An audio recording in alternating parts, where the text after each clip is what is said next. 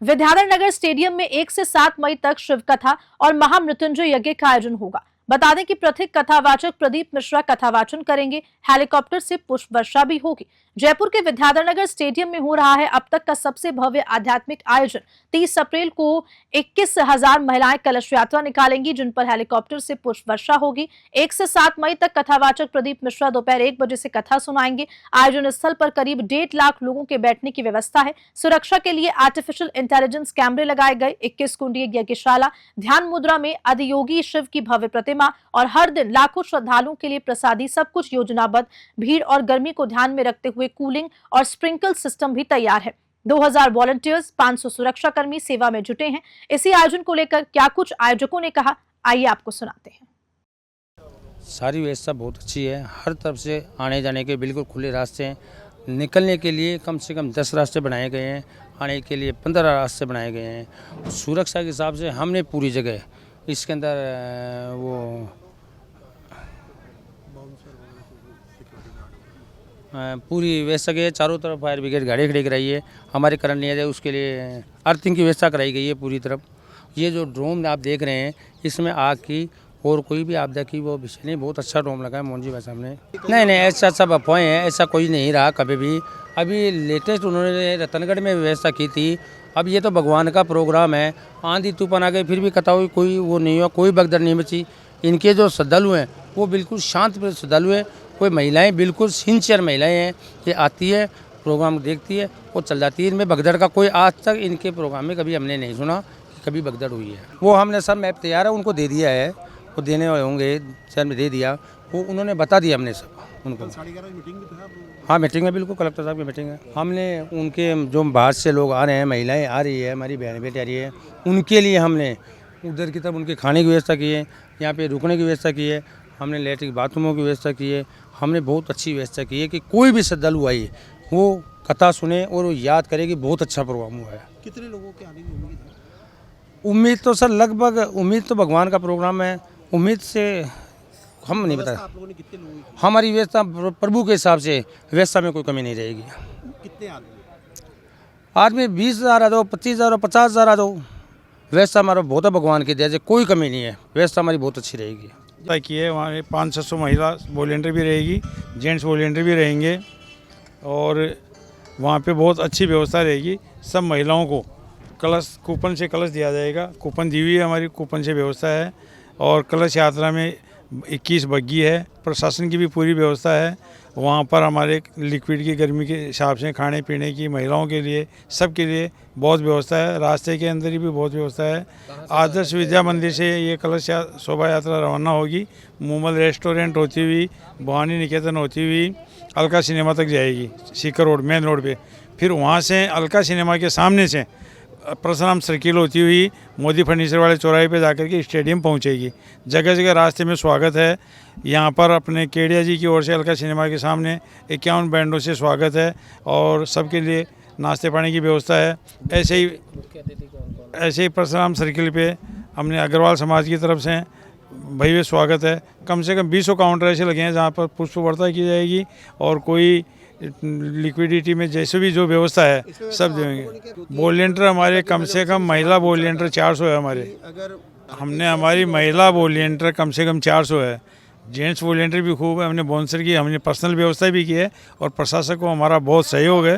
प्रशासक की तरफ से महिला कांस्टेबल भी भेजी जाएंगी सब जगह जहाँ आवश्यकता है। इसलिए हमारी इतनी भगदड़ होने की कोई संभावना नहीं है और हमारी व्यवस्था इतनी बढ़िया है कि बैठने की और की कहीं कोई तकलीफ नहीं आएगी। मुख्य अतिथि हमारे तो कथा में वैसे सभी हैं मुख्य अतिथि। मेन आयोजन करता राजन जी शर्मा है और ये सब ऐसे मुख्य अतिथि वाले हमारे यहाँ कोई विशेष बाल मुकंदा सारी जी आएंगे। तो ये तो सुना आपने आयोजक और संयोजक ने क्या कुछ कहा। इस आयोजन में व्यवस्थाएं इनकी तरफ से की गई हैं, लेकिन हमारी टीम ने भी वहां पहुंचकर मौके का जायजा लिया और देखा कि क्या वाकई में जैसा आयोजक कह रहे हैं वैसा ही है या फिर असलियत कुछ और है। देखिए हमारी टीम की ये खास ग्राउंड रिपोर्ट। छोटी काशी जयपुर में 1 तारीख से एक भव्य आयोजन किया जा रहा है विद्याधर नगर स्टेडियम में। आपको बता दें कि शिव महापुराण का 7 दिवसीय आयोजन यहां पर किया जा रहा है। आप मेरे पीछे देख सकते हैं, तैयारियां यहां पर चल रही हैं और प्रसिद्ध कथावाचक प्रदीप मिश्रा सातों दिन शिव महापुराण का यहाँ पर वाचन करेंगे। और आपको बता दें कि प्रदीप मिश्रा जी को सुनने दूर दूर से लोग आते हैं।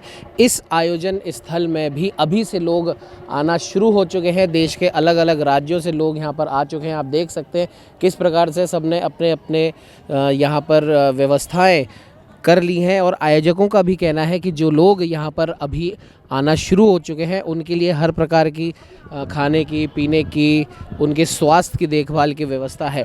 खैर, ये तो रही आयोजकों की बात, लेकिन एक विशेष बात, क्योंकि अभी कुछ देर पहले यहाँ पर पुलिस के आला अधिकारी भी यहाँ पर आए थे इस आयोजन स्थल में, और यही सुनिश्चित करने आए थे कि आयोजकों की तरफ से जो लोग यहाँ पर आएंगे, कई VVIPs यहाँ पर आएंगे, उनके लिए सुरक्षा की क्या कुछ व्यवस्था है।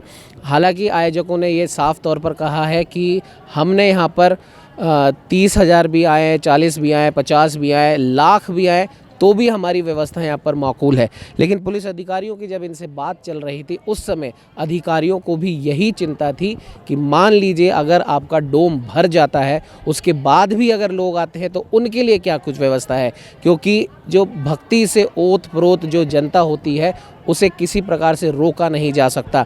ऐसे में वो जो भीड़ होगी उसके लिए क्या व्यवस्था है, तो उसका जवाब फिलहाल आयोजकों के पास नहीं है। वो गोलमोल जवाब देते नजर आए पुलिस अधिकारियों को भी, जिससे पुलिस अधिकारी भी संतुष्ट नज़र नहीं आए।